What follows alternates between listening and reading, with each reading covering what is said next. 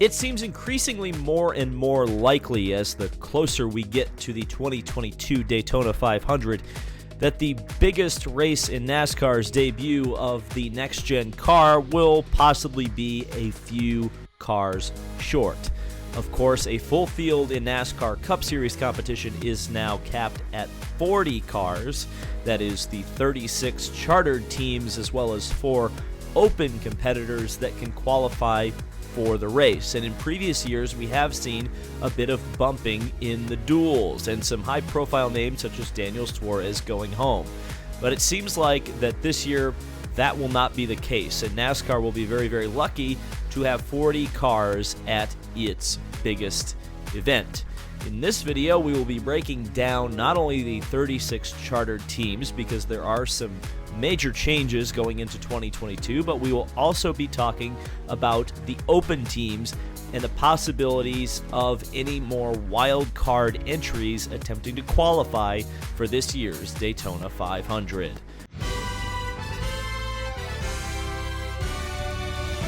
So like I mentioned in the beginning of this video, there are 36 chartered teams in NASCAR. And if you don't know what a charter means, at least in terms of qualifying for a race, it means you really don't have to qualify for the race.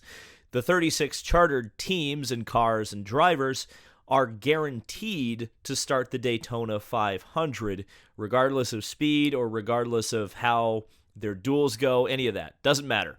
They are in the show. These are the 36 teams that we know will be there, though there are still a few seats in terms of drivers we do or do not know. The first team is Team Trackhouse, which of course debuted last year in the Cup Series, but this is the first time they will have 2 entries, and because of, or the reason they do have 2 entries is because they purchased the former Chip Ganassi Racing NASCAR team. That means Ross Chastain in car number 1 and car number 99 will be driven by Daniel Suarez. Kind of a merger of the 2 teams, though certainly it was a buyout. So Team Trackhouse, 2 cars, lock that in. Team Penske, we're always talking about Team Penske in these entry list videos. They have 3 cars officially coming out of the Penske stable, though, of course, when we get further down the list, we'll be talking about the Wood Brothers, which might as well be a 4th Penske car. The 3 Penske cars this year will be piloted by Austin Cindric, Ryan Blaney, and Joey Logano. Logano is the only driver who, as of this moment, has a Daytona 500 win on that team. Richard Childress Racing, 2 cars, 2 charters, car 3 and car 8. Austin Dillon, former winner of the race in 2018, and Tyler Reddick. That is a team that hasn't changed all that much from 2021. Stuart Haas Racing, 4 cars from this team. Again, nothing you haven't heard before. Car 4, Kevin Harvick. Car 10, Eric Almirola. Car 14, Chase Briscoe. And car 41, Cole Custer. Hendrick Motorsports, defending champions of the series, and of course, defending champ of the series anyway, Kyle Larson leading that team in car 5.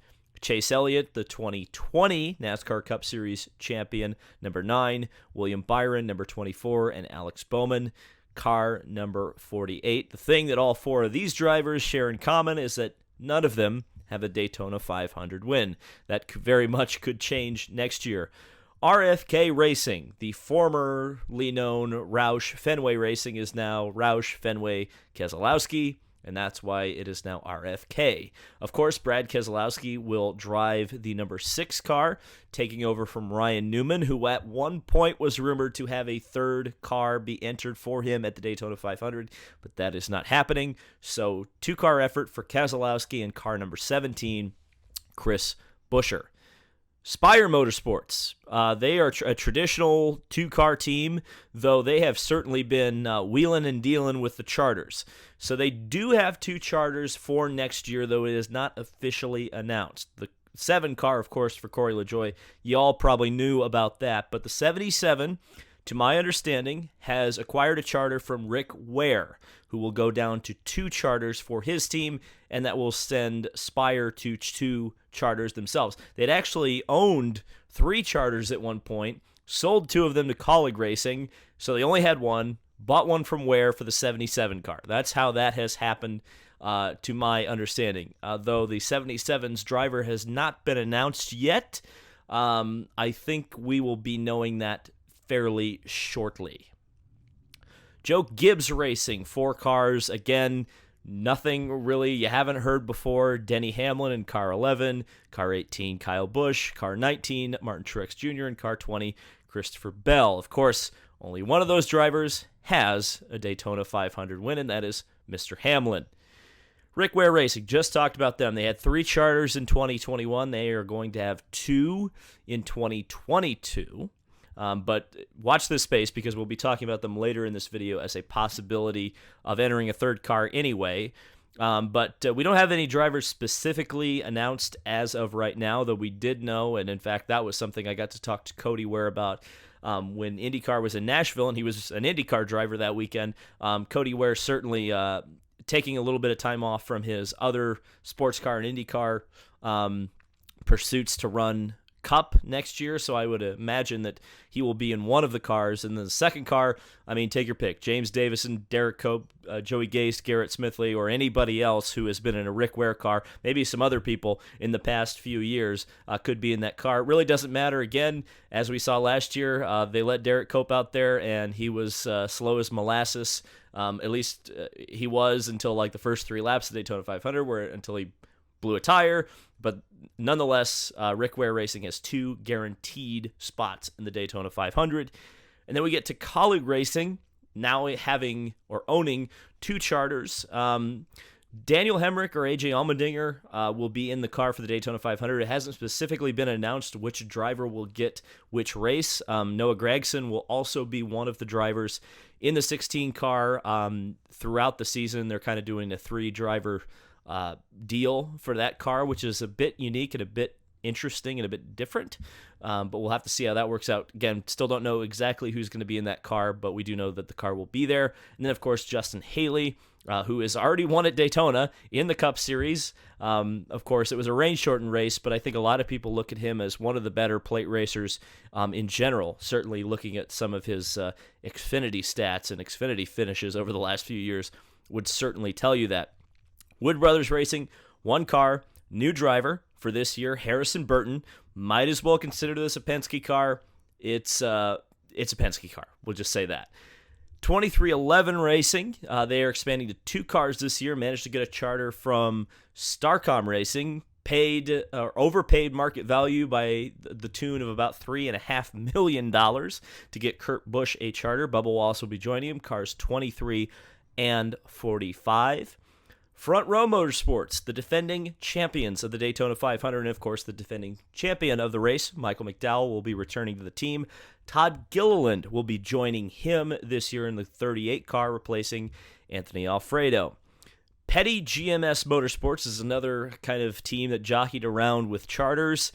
2 cars. This is the former Richard Petty Motorsports merged with GMS to give them 2 charters. They took one of the charters away from Rick Ware, who had 4 charters last year, if you consider the Petty Ware charter to also be a Rick Ware charter. So that charter went to Ty Dillon in the 42 car, and the regular Richard Petty Motorsports charter continues to stay with Eric Jones in the traditional 43 car. This is always so hard for me to say. JTG Darty Racing, the number 47 car, Ricky Stenhouse Jr. Just 1 car this year. They did enter an open car last year, which was number 37 for Ryan Preece. That is not happening this year. It's a 1-car team for Stenhouse.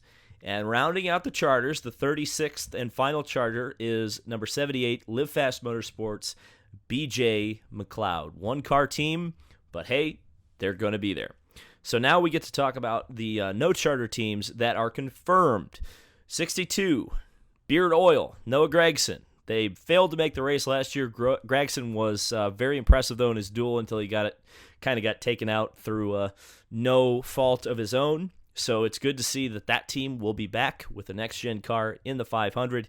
And the number 66 car from MBM has been confirmed as an entry, though no driver has been named yet. Now, the car was shown at PRI with Boris Said on the name rail, though, again, they have nothing set in stone whether or not Boris will actually drive the car throughout the year. The speculation, and probably good speculation, is that Timmy Hill would be behind the wheel at the Daytona 500. But that only gives us 38 cars. So we go to the no charter, unconfirmed category. And there's really three possibilities here. And all of these I would consider long shots at this point. There continue to be rumors of the money team. I know everybody that's a meme. It keeps coming up. We'll throw it out there. See if anything sticks. I would not be very confident in that, but hey, I've not been confident in things before that have happened. Rick Ware Racing, third car. If they can find the money, the Daytona 500 does pay a lot better than most other NASCAR Cup Series races, even for open teams. So if Rick Ware can put the equipment together, put the money and funding together, they could have a third car, but I think, again, that's unlikely, considering the fact that this is a brand new car for most people. And, if you have a crash with one car, having an additional entry might hurt one of your charter teams, and you really don't want to do that. 96 car of Gaunt Brothers Racing. Now, they've missed the field the last couple of years. They do own a next-gen chassis, though, again, to my understanding, they're like at 50-50 for whether they'll come to the Daytona 500 or not. And even if they do, they would be the 39th entry. So you'd still need the money team or Rick Ware to pony up another car to get to 40. And at least at this point, that seems unlikely. I think for sure you won't see any bumping. I think best case scenario is you go and have another 2018 where you have someone come in at the last minute like they did in 2018, where the bankrupt BK Racing managed to kind of come out of the doldrums and enter to give you 40 cars. But I believe there will not be 40 entries for this year's Daytona 500. Is that necessarily a sign of issues? Yes and no. I think the bigger part is the part supply issues, which will probably come up a bit in the early part of the season. And, there are definitely enough cars out there to fill a 40-car field. It's really just whether or not the teams are prepared. And it seems like as we're kind of getting down to crunch time here, some of the teams, especially the ones that typically fill out the field, aren't quite there yet. So thank you guys so much for watching. This has been David Land on YouTube. Buy you some HelloFresh, and we'll see you in the next video.